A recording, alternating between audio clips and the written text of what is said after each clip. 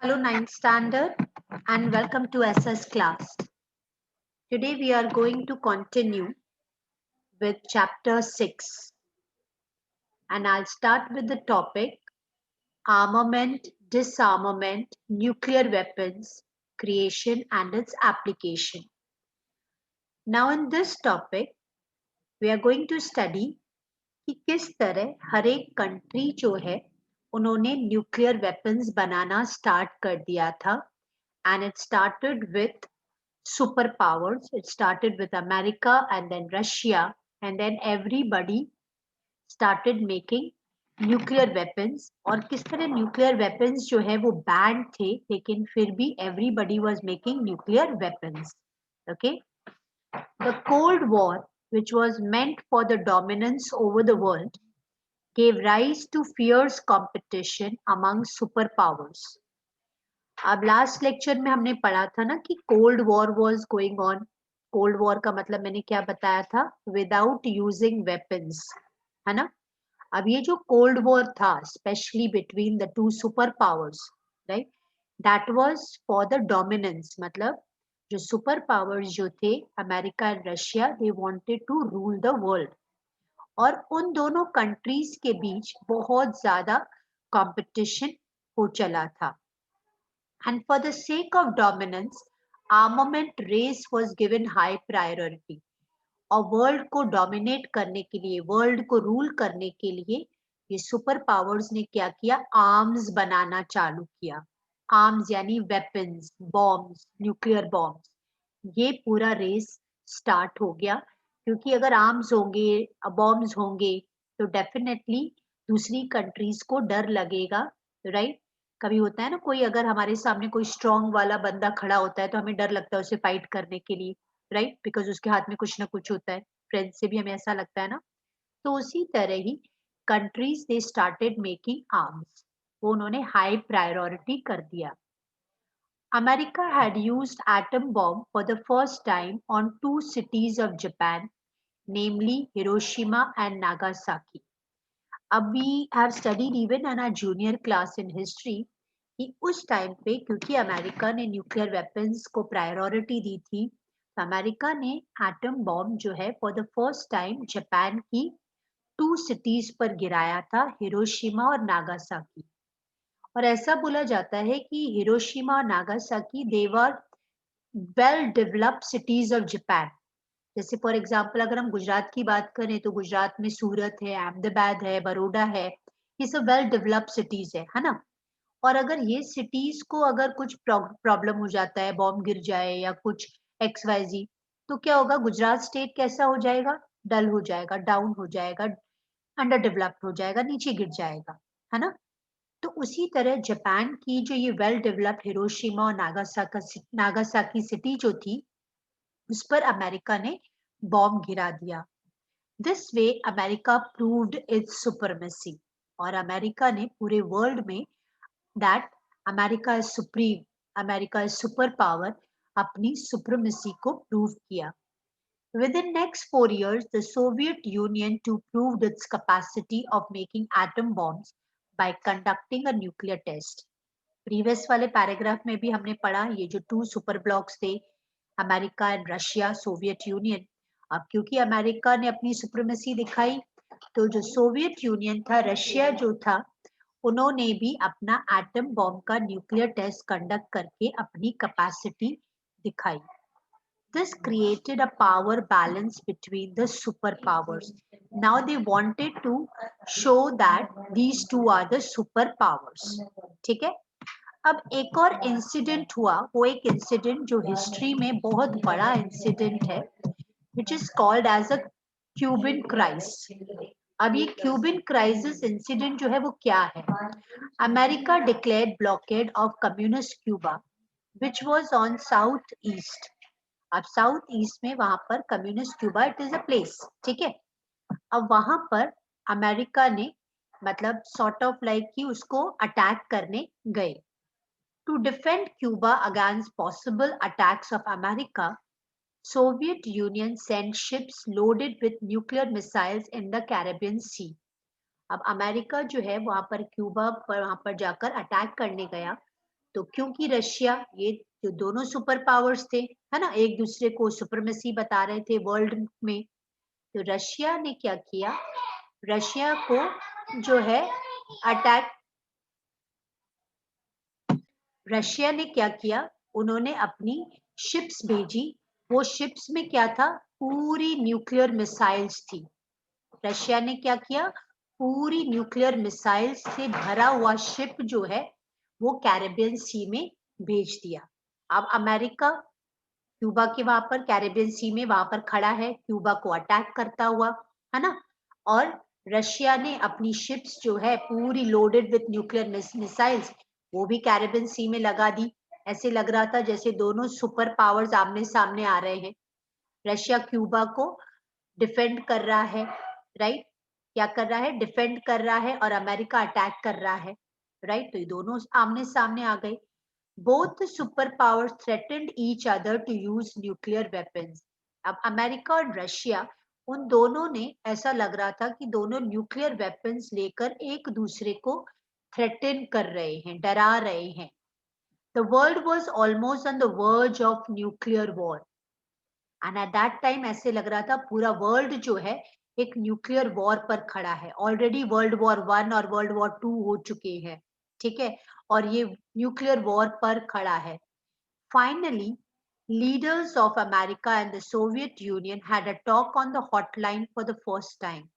और first time ऐसा हुआ था कि ये दोनों सुपर पावर्स, अमेरिका और सोवियत यूनियन, जो एक दूसरे के राइवल्स हैं, सुपर पावर्स हैं, एनिमीज हैं, फर्स्ट टाइम उन्होंने एक दूसरे से हॉटलाइन पर बात किया।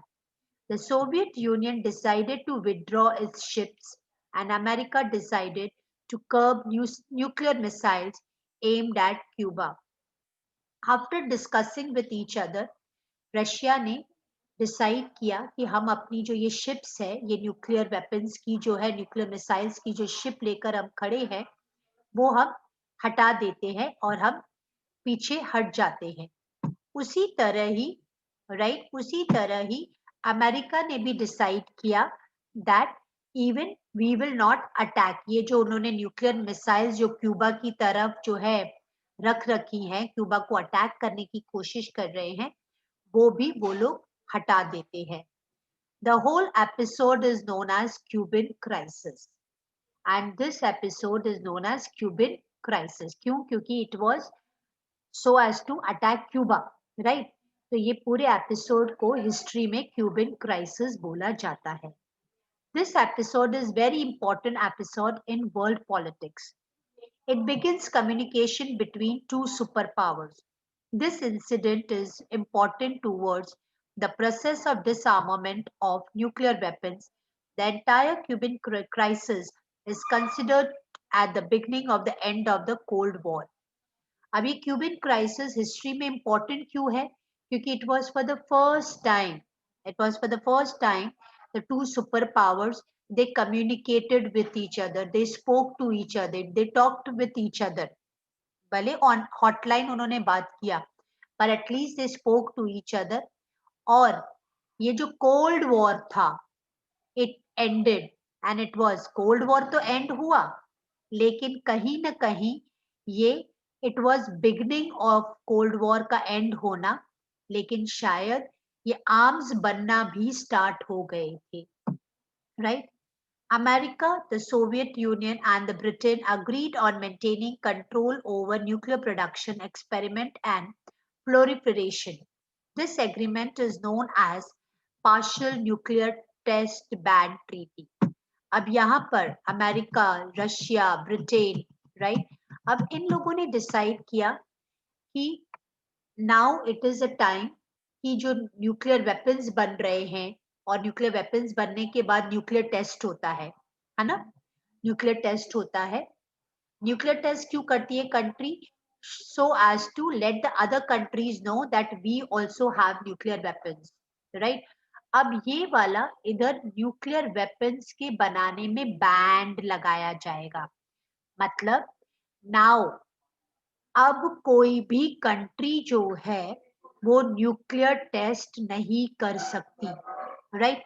इस तरह का जो है वो लोग बैन लगाएंगे। बट अब अगर जो कंट्रीज ने बना लिया उनका क्या, है ना?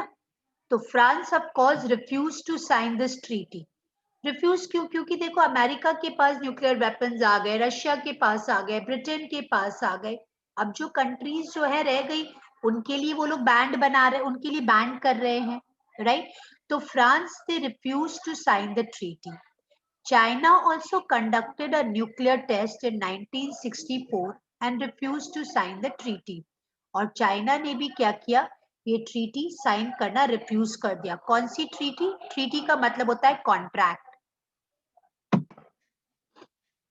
ओके, ट्रीटी का मतलब क्या होता है? कॉन्ट्रैक्ट, है ना? तो now it is like the people who have already made these nuclear weapons, उनके लिए ठीक है। और अब अगर बैंड करें तो दैट मीन्स कि अब जो कंट्री ने नहीं बनाए हैं उनके लिए हम बैंड कर रहे हैं, राइट? तो फ्रांस ने रिफ्यूज कर दिया, चाइना ने रिफ्यूज कर दिया। This treaty imposed ban on conducting a nuclear test in open atmosphere.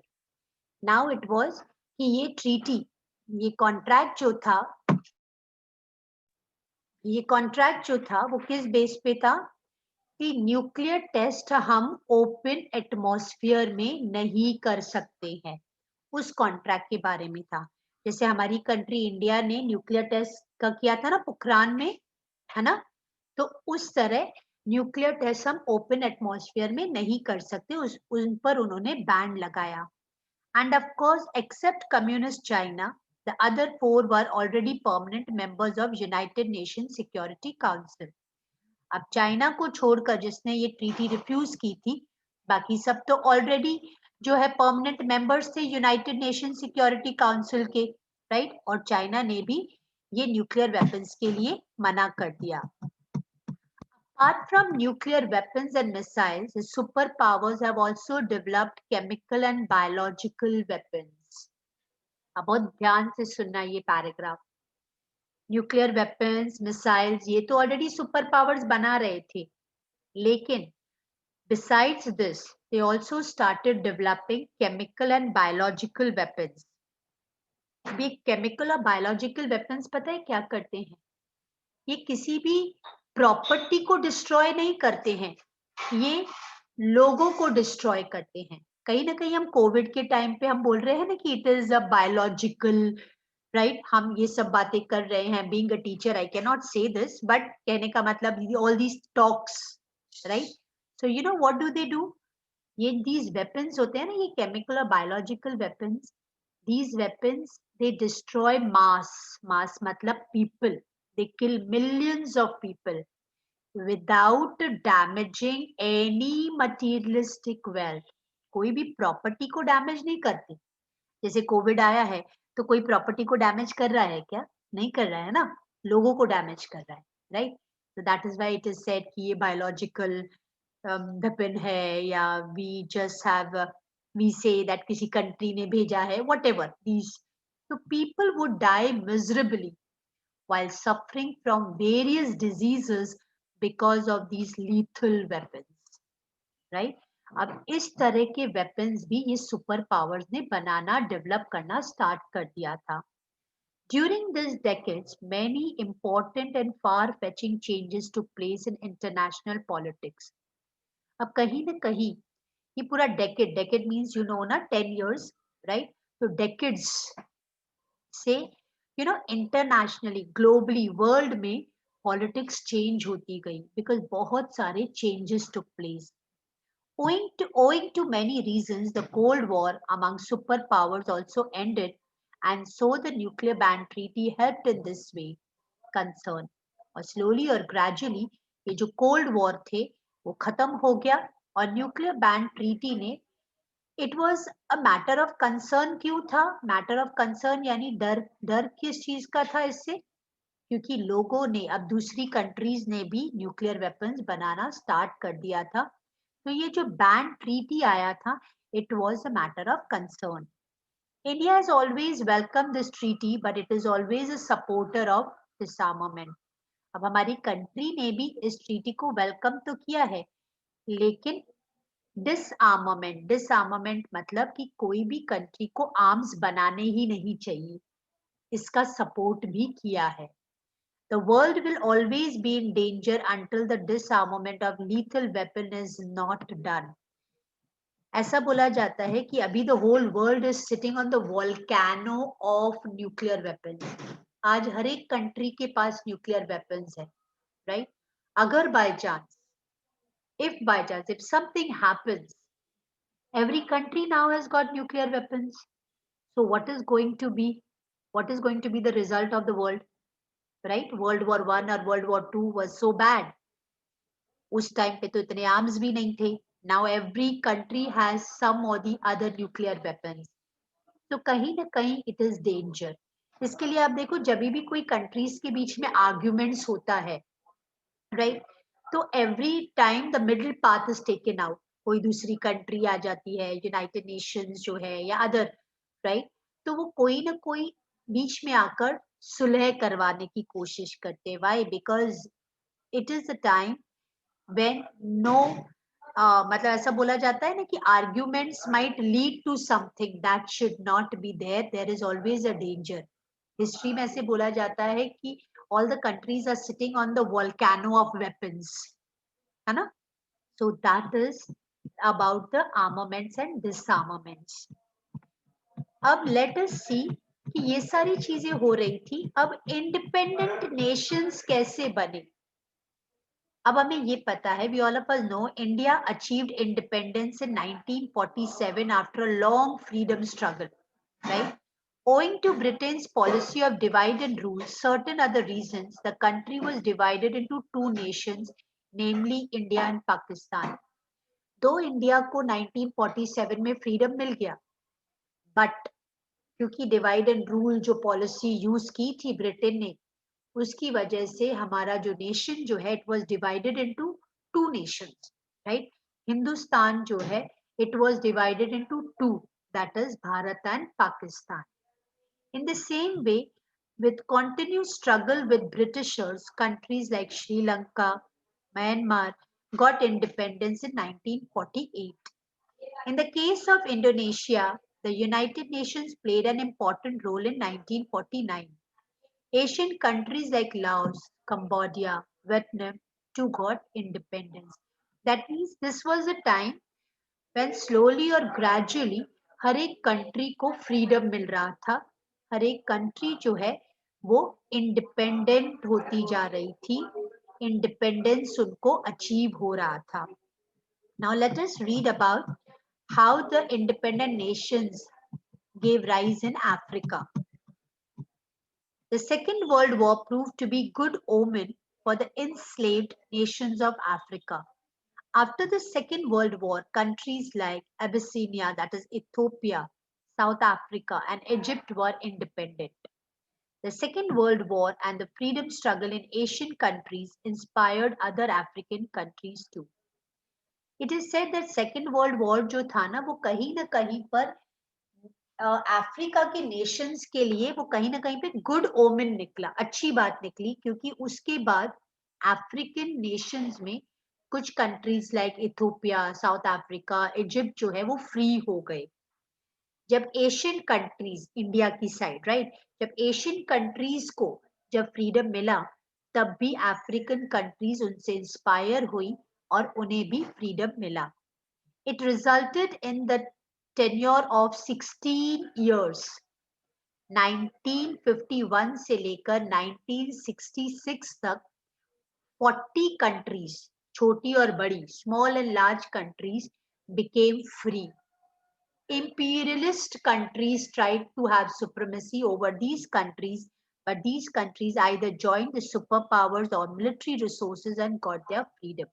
अब ये जो 40 कंट्रीज जो है वो फ्री हो रही थी, तो ये जो इम्पीरियलिस्ट कंट्रीज थी वो अगेन एंड अगेन उनको अपनी सुप्रीमेसी दिखाने की कोशिश कर रही थी, उनको अपने अपने साइड लेने की कोशिश कर रही थी. बिकॉज देखो जब हम इम्पीरियलिस्ट ज्वाइन करेंगे तो फिर से हम स्लेव्स बन जाएंगे, फिर से हम गुलाम बन जाएंगे, है ना? तो ये कंट्रीज ने क्या किया, they either join the super powers, उस समय और कोई रास्ता नहीं था, आइदर जॉइन अमेरिका और रशिया, और join the military resources, and they got their freedom. क्योंकि वो लोग इतना सारा मतलब दे हैड एक्सपीरियंस, उनको ये तो पता चल गया कि हमें फ्री होना है, right? We want freedom. Freedom is very very important that they realized, right? तो लेट अस सी कि उस समय हमारी कंट्री इंडिया ने क्या किया, राइट? अब जब इंडिपेंडेंस हो रहा था, फ्रीडम मिल रहा था, तो कुछ लोगों ने अमेरिका ज्वाइन करने की कोशिश कर रहे थे, कुछ Soviet union that is Russia join कर रहे थे, कुछ मिलिट्री पावर्स जो है वो आर्मी की हेल्प ले रहे थे। उस टाइम पे हमारी कंट्री ने क्या किया? ये बहुत प्राउड की बात होती है कि हमारी कंट्री ने नॉन अलाइनमेंट पॉलिसी यूज की। नॉन अलाइन पॉलिसी मतलब न्यूट्रल। न्यूट्रल, हमको ना अमेरिका का साइड देना है, हमको ना रशिया का साइड देना है। क्योंकि होता है ना, देखो अगर आप अमेरिका का साइड लो तो रशिया को एनिमी बना दोगे, रशिया का साइड लो तो अमेरिका को एनिमी बना दोगे, right? So what did we do? We started making a policy. We believed in the policy non-aligned policy. अब देखते हैं non-aligned policy क्या होता है। Some new nations adopted the policy of not to align with any of the two power blocks. Not to align मतलब not to join, ठीक है?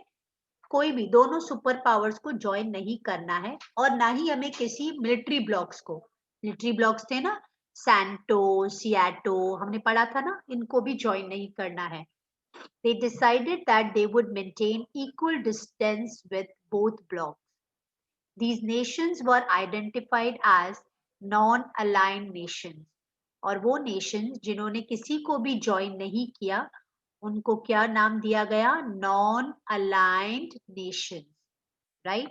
And their policy, foreign policy, was known as non-aligned policy. Those neutral nations that did not want to adopt the ideologies of either the two superpowers of the world wishes to have an all-round development, maintaining its unique existence. अब जो लोग किसी को भी join नहीं कर रहे उसको हम क्या बोलेंगे? न्यूट्रल नेशंस, है ना? अब न्यूट्रल नेशंस ने दोनों की आइडियोलॉजीज को अडॉप्ट नहीं किया, एंड दे वांटेड कि ऑल राउंड डेवलपमेंट होना चाहिए और यूनिक एग्जिस्टेंस होना चाहिए वर्ल्ड में। Under the leadership of India's first prime minister Jawaharlal Nehru, Indonesia's first president Sukarno, Egypt's second president Gamal Abdel Nasser, Ghana's first president Wam Nikram, Yugoslavia's president Joseph Broz Tito got a thumbing support for the movement. अब ये सारी countries और ये जो presidents हैं, इन सब ने क्या किया? दे जॉइंट हैंड्स कि हम किसी भी को भी फॉलो करेंगे नहीं, मतलब हम किसी का भी साथ नहीं लेंगे, ना सुपर पावर्स का ना मिलिट्री ब्लॉक्स का। दैट मीन्स उन्होंने जो है नॉन अलाइंड पॉलिसी को माना, right? In this non-alignment councils, 23 countries of Asia and 6 countries of Africa were present. The organization was founded in, कहाँ पर ये found हुआ था ये organization? In Belgrade in 1961, and it was known as NAM, N-A-M. ठीक है? What is the meaning of NAM? Non-aligned movement. Under the leadership of Prime Minister Jawaharlal Nehru, the policies of non-alignment were framed. Non-alignment movement completed valuable leadership. Nehru believed that movement continues to see the role of itself as in its view. The world's poorest nation remain exploited and marginalized, no longer by opposing superpowers, but rather in unipolar world. अब यहाँ पर ऐसा था कि ये non alignment movement क्यों? क्योंकि problem किसको होती थी? प्रॉब्लम वो नेशंस को होती थी जो पुअर है, राइट? क्योंकि वो पुअर नेशंस के पास कुछ नहीं है, तो उनको एक्सप्लॉइट हो जाते हैं, उनको कहीं ना कहीं किसी ना किसी को ज्वाइन कर लेना पड़ता है, राइट?